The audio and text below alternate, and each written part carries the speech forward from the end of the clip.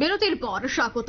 জাতিগত জনগণনা নিয়ে এবার রাহুল গান্ধীর পাশে নীতিশ কুমার, অর্থাৎ নয়া ভেলকি এবার নীতিশ কুমারের। রাহুলের পাশে বিহারের মুখ্যমন্ত্রী। রাহুল গান্ধীর মতামতকে প্রাধান্য দেওয়ায় জাতীয় রাজনীতিতে কি এবার নয়া সমীকরণ? বিস্তারিত জানবো। টেলিফোন লাইনে রয়েছে নিউজ ভ্যানগার্ড প্রতিনিধি সুমন্ত ব্যানার্জি। সুমন্ত, জাতিগত জনগণনা নিয়ে বহুদিন যাবৎ রাহুল গান্ধী একাধিক বক্তব্য রেখেছেন, কিন্তু এবার এই জাতিগত জনগণনা নিয়ে রাহুল গান্ধীর পাশে দাঁড়াচ্ছেন নীতিশ কুমার। কি জানতে পারছো?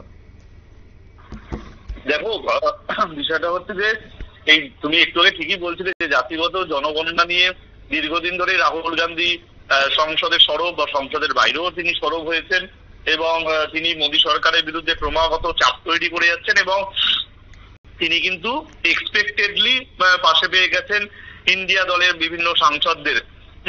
তা সে ডিএমকে হোক, তৃণমূল কংগ্রেস হোক, প্রত্যেকেই কিন্তু রাহুল গান্ধীকে সমর্থন করেছেন। কিন্তু বিষয়টা হচ্ছে যে নীতিশ কুমার, যিনি কিন্তু এনডিএর এখন শরিক, সেই শরিক দল হিসেবে হঠাৎ করে রাহুল গান্ধীর সমর্থন বা রাহুল গান্ধীকে তিনি সমর্থন করবেন, এটা হয়তো বিজেপি ঘৃণা করে বুঝতে পারেননি, কিন্তু একটা আজ ছিল। কেন? কারণটা হচ্ছে যে এই নীতিশ কুমারই কিন্তু তিনি তার রাজ্যে মানে বিহারে জাতিগত জনগণনা করেছিলেন এবং সেই সময় থেকেই তিনি কিন্তু তার এই জাতিগত জনগণনার পক্ষে তিনি যে ছিলেন সেটা কিন্তু বিজেপি হাড়ে হাড়ে জানতো। সেই জায়গায় দাঁড়িয়ে আজকে রাহুল গান্ধীকে তিনি যে সমর্থন করলেন, মানে তার দলের যে সাংসদ তিনি যে হঠাৎ করে রাহুল গান্ধীর পাশে দাঁড়িয়েই কথা বলবেন, সেটা কেউই হয়তো বুঝতে পারেননি। তবে এটা বলা যেতেই মানে রাজনৈতিক মহল অন্তত মনে করছে যে রাহুল গান্ধীকে সমর্থন করা না হোক বা রাহুল গান্ধী অ্যাকচুয়ালি কিন্তু নীতিশ কুমারের পথ অনুসরণ করেছেন। এর কারণটা তোমাকে যেটা একটু আগেও আমি বলছিলাম, সেটা হলো যে যেহেতু নীতিশ কুমার তার রাজ্যে এই জাতিগত জনগণনা করেছিলেন, সেই পথেই কিন্তু রাহুল গান্ধী হেঁটেছেন। অর্থাৎ আজকে এই যে সমর্থন করা হঠাৎ করে, সেটা আনএক্সপেক্টেডলি হলেও মানে যেহেতু এনডিএ শরিক হিসেবে ইন্ডিয়া জোটকে সমর্থন করাটা হয়তো আনএক্সপেক্টেড, কিন্তু যেভাবে তিনি সমর্থন করেছেন সেটা কিন্তু এই নীতিশ কুমারই শুরু করেছিলেন।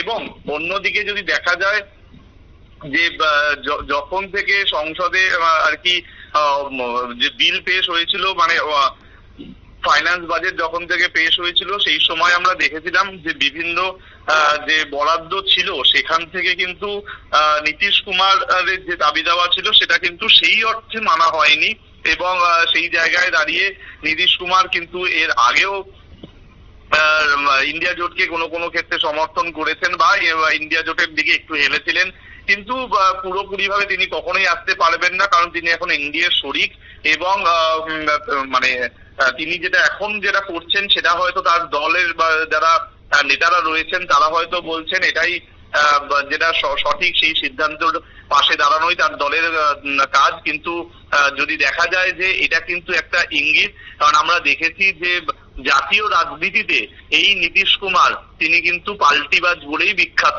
তিনি যখন যেদিকে পাল্লা ভারী থাকে সেদিকে তিনি ঝুঁকে পড়েন।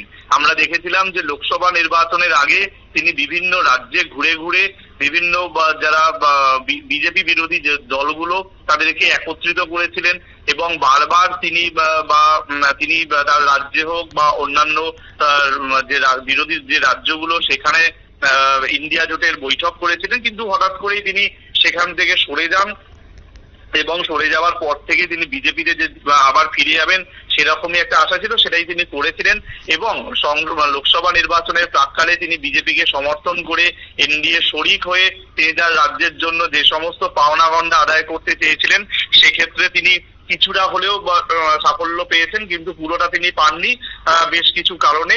তো কিন্তু তারপর থেকে আমরা দেখেছিলাম যে একটা চাপা ক্ষোভ সেটা হয়তো ছিল।